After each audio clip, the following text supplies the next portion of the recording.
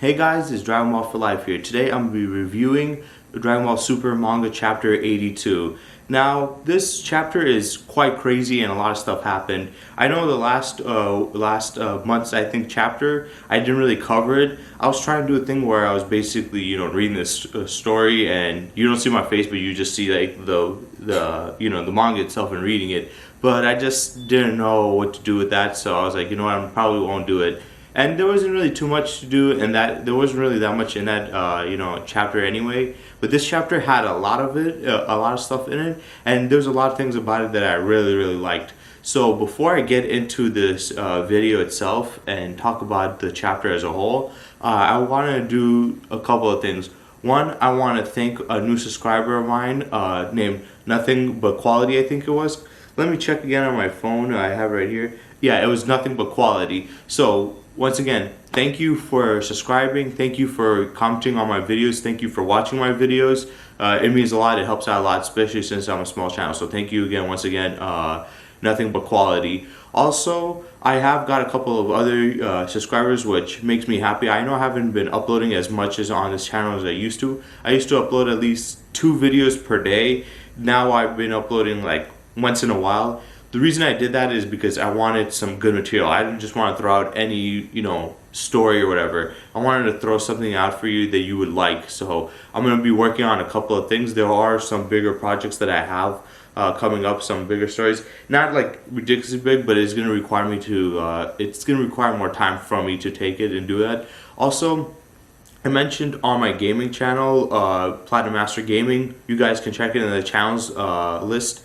But I explained on that channel what I was going to be doing with the Hunter x Hunter series, since I don't know how to fix this whole recording reacting type of stuff, and I did get kind of like copyright claimed and I have to do a bunch of other editing to like block it out, which I don't know how to do, and I think it'll kind of ruin the immersion of the reaction videos itself. But personally, I think the best option and course I could take to fix this problem is to simply just watch it on my own. When I reach a certain point, like let's say I finish an arc, then I'll make a video reviewing each arc and talking about them. Just talking about specific arcs. And we've seen this with Totally Not Mark. He's done this before with countless other animes where he's just reviewed between arcs. So that's what I'm going to be doing myself, instead of simply just watching it and then talking to you guys with it, since I really can't do that. I know some of you guys might be disappointed, but sorry, this is all I can really do. So hopefully you guys can enjoy it. Also, since the Dragon Ball Super movie is going to be delayed, which is going to be annoying because I really did want to watch it and review it, that's going to obviously come out a little bit later. Also, if you guys hear a little bit of buzzing, it is my lights. I need it for the lighting, but yeah, so sorry for it buzzing around. It can be a little annoying. So yeah. Also, I am going to be uploading a couple of videos on my gaming channel, Platinum Master Gaming. Once again, guys, go check it out. I put up quite a bit of work in that, and I have been filming while I haven't been uploading on this channel. I've been uploading on my second channel, on my gaming channel. So guys, go check it out, Platinum Master Gaming, on the channel's description. So now let's get into the video itself. Let's talk about the chapter as a whole. I think the chapter as a whole was fun and entertaining. I know there's a lot of just simply Goku and Gas just instant transmissioning all throughout the universe and going to different planets, and a lot of times they went to different Galactic Patrol HQ sections. They went to the the prison itself, the ship. Then they went to like different worlds where there was Galactic Patrolmen there, and they were going all over the place. But I did find it entertaining because you could see Goku clearly had a plan, and we were all wondering what the plan was. I remember when Chapter 81 came out, everybody was assuming that his plan was to basically teleport to where Broly is, get him right there with Gas, and then have the fight and have Broly beat up Gas. Now, I don't know if Broly could beat up Gas, but to be honest, even if he could or he couldn't, I would not want to see that, because that's kind of lame and that's kind of pathetic to have Goku be so desperate to just drop his, his problems onto another person to handle it. That's not how Goku acts. I don't know why people were acting like that's something Goku would do. He did leave him with Whis, but it wasn't to fight Whis. It was just to stall some time so he can, leave, and then they can recuperate and get out of there and stuff.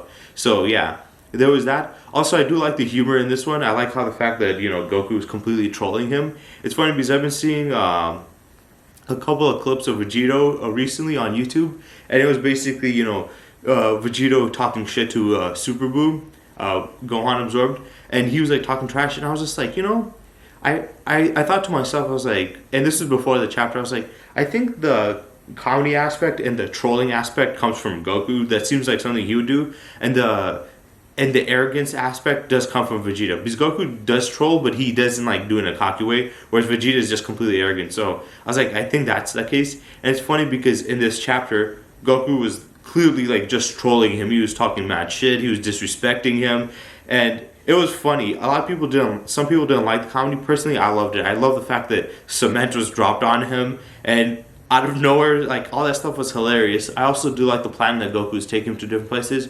Also, the fact that he didn't take him to Broly's planet, I'm really happy about, because I felt like that was a stupid idea. No offense to the Dragon Ball fans, but I feel like a lot of times when they make like assumptions or make these guesses, they don't really come out like the one where they're talking about Goku Black being, a future Goten. I'm like, are you guys stupid? That was like the dumbest thing I've ever heard. So a lot of times when fans do this stuff, these speculations, just take it with a grain of salt. They really don't really pan out very well as they usually try to make it sound like. But yeah, and they had all that stuff, and Goku's whole plan was basically to get him far away as much as possible, so then he can teleport back to there, and he'll have a hard time trying to get there since he will spend so much energy doing it. So he couldn't get there, and it was smart because when he leaves him with Whis, Whis really doesn't do anything, but he sets him so far away from the original plan that he can't just teleport right to it. He has to basically fly through it. The way Goku did it was he remembered every place he teleported to, so he was going back, tracing a step. I saw that, I was like, why is he doing that? But then when they explained the fact that he can't travel that far. Now usually we don't see that much problems with instant transmission and teleportation. I do remember sometimes he does have problems with connecting to people far away, especially if they have a small energy signature. But yeah, whatever. I think it was a clever way to give these guys some time and keep the enemy at bay, away from them, because now Goku has a great distance, and the only way he could come back to do something is he has to fly there, and he had to fly a great distance. I don't know how far, but he just jumps off and flies at super speed, and they said he's going to take 20 minutes to get there. And I think this is very important when it comes to the people in the versus or debating community, because we like to talk about power scaling and how powerful these characters can get, and we like using feats and like statements, but usually feats. And this one is a perfect feat for people to use, because usually when people try to calculate a Dragon Ball character's speed, they usually do it by comparing it to each other, maybe some stuff where they compare it to them moving some distance. But this one, definitively 100%, it was a great amount of distance, and we got a fixed time that'll take him to get there. 20 minutes sounds like quite a bit, but remember, he was planets across. We don't know how far away he was. He could have been in another galaxy altogether. So this guy could have been like light years away, and he's just coming there. He doesn't even know where they probably are, so he's still like has to like sense them and stuff. So I do like that, because one of the biggest problems I had with Dragon Ball for a while was I felt like when they would have battles, they would always keep it on a planet, and I felt like that kind of lowers it, because these guys are super powerful, and they should be more powerful than this at this point. I felt like, to me, that these characters at this point should not be, just having to go to a planet. They should be able to fly in outer space and, punch each other through planets, and then, fight through solar systems, because they should be that fast. But the reason they don't do that is because, Goku and Vegeta, they're Saiyans, they can't breathe in space. But I never liked that concept. So seeing somebody actually fly through space, this is actually the first time. They did kind of make a kind of big deal with it, with the heaters. They were like, whoa, he's able to move that fast without a ship. Though he did get way faster than they could ever imagine. I mean, their level of power is nowhere near Goku and the main cast power. So that would be more special to them. But still, the fact that this is, I think, the first time we've ever seen... I mean, not the first time we've seen Beerus and Whis fly through outer space, but I think this is the first time we've seen an enemy, especially into a fight and stuff. If I'm being honest, I think this is how they should do future Dragon Ball. They could have made some BS like, oh, the Super Saiyan God forms allows them, since they have godly power, they're beyond regular, so they can breathe in space now since they're magical beings. They could have done some shit like that and then had like amazing fights in outer space like this. But I guess we can settle this. But still, it's a very big, if you do any stuff like feats or power levels and stuff, this will be 100% a perfect moment. Like Set the Programmer or Chuck or any like big Dragon Ball YouTuber that talks about how powerful these characters are. This will definitely be used in future references for power. So I did like that aspect too. And then we had the whole Whis explained to Goku, and I did like this too. It gave more context. He explains to Goku that I've told you this 1,000 times, which is like, come on, Goku, how dumb are you? He keeps on telling you this. To us, it's new, but apparently he's told this countless times. Apparently now it's going to randomly click because we know it. But what he told him was basically, you can't use Ultra Instinct the way I do it, because us angels are different than humans. Angels don't really have emotions like humans, because I think that's what he meant, because angels, even if they see something like, he's been with Beerus for millions of years, and even though he was going to see that Beerus was going to get wiped out with like existence, he didn't care too much.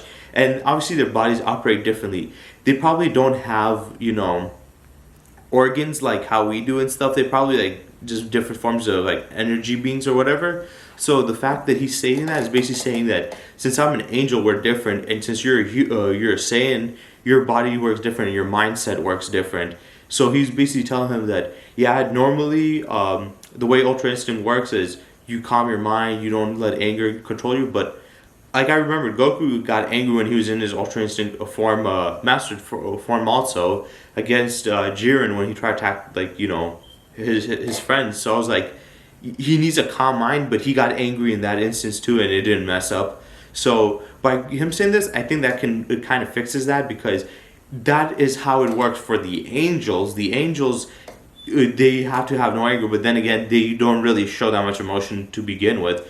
Whereas since he's a Saiyan, he can't really just stop his emotions, like being angry or sad or be concerned or whatever, or scared or whatever. So showing that shows that Goku has to obtain it in a different way. His one's going to be a little bit different unlocked. People are saying there's going to be a different Master Ultra Instinct. I do not think so. I think it's going to be the same. I just think the way he achieves that is going to be different than the angels. The way the angels do it is far different. And also the angels naturally just have Ultra Instinct in their body. They don't have to, activate it. Goku has to go into this form to activate it or blend it in with his other forms. Whereas Whis and the other angels, they naturally just have it, so they don't even try. They could just be walking, somebody throws something, and they dodge it and stuff.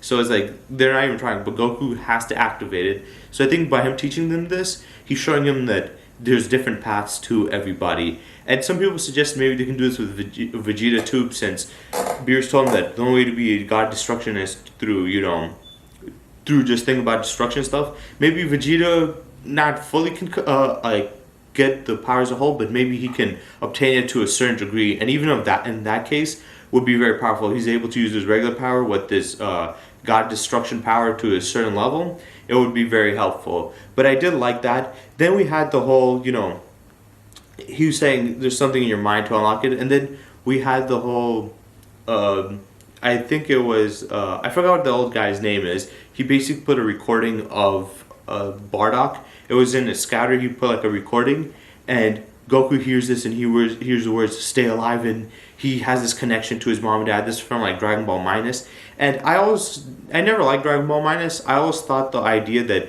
Goku at that point, because they didn't mess with his timeline. If you look at the actual Dragon Ball timeline prior to Dragon Ball Minus, Goku was younger. Whereas in Dragon Ball Minus, after it came out, they made him older. So Toriyama himself kind of messed up with his age and stuff. He made him like a few years older. So yeah, that's why one of the reasons I didn't like it. But I also thought, I was like, Goku saw his parents. He was in an old enough age to realize them. How did he forget them? And I guess this one was like, oh, it was locked away in his memory, so he has to unlock them. I did think it was kind of, I guess you could say, cheesy or lame, the fact that he unlocks this by just hearing his voice. I'm like, he just said stay alive, and he's like, oh my god. I'm just like, really? You're telling me that he's going to get this new form of power just because he's remembering who he used to be? And also on top of that, like, it's just him hearing his dad say stay alive. Like, why did that trigger him? Maybe it's just his dad's voice, but it's still like, before Dragon Ball Z, he's like, I don't give a damn about my parents, and now they're like, oh, he cares so much. It's just like, I just don't like the way it did, and the fact that it's going off of Dragon Ball Minus, that he's like, oh, I remember them now. It's like, really? You just remembered this all the way now? Like, it just seems dumb to me. It seems contrived. I think they could have done it in a better way for Goku to unlock this than this. I don't really like it. I do like the fact that we get to hear his recording, gets to hear his dad. I felt like they should have done something like this a long time ago, where they had, at least had give Goku, like Toriyama could have wrote Goku to have somewhat of a care about, his past and his family, Saiyan history. Instead of saying, I don't give a crap about them, I'm a human, which kind of always pissed me off. I'm like, really, dude? You only give a shit about your human stuff? I don't give a crap. I was like, dude, at least try to look, try to understand it. So he could have done that before, but like I said, I do like that, but I just think it's so late to this point. It's like, now we're getting this stuff. That's one thing I don't like about modern day Dragon Ball nowadays, is we're getting all these, introspective ways of thinking and more in-depth analysis of these characters way too late. It's like, why are we trying to understand why Goku's getting strong now? He's been doing this for decades. We've had multiple chapters. He's gone for years in his own story, and we've never touched upon this concept, but now we're doing it. And this is one of those concepts that you touch upon early on in a character's, story writing.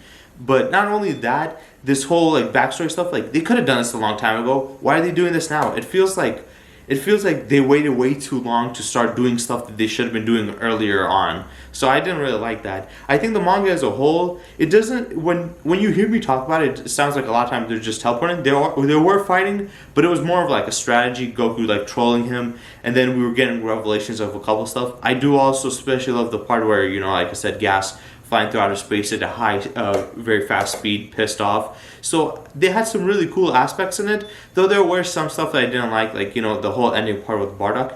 But I really, really love the Whis thing. That explains and puts in a very good detail for us. Because we were always wondering, like, what is he supposed to do? How is he supposed to do it? And even Whis is like, I don't know.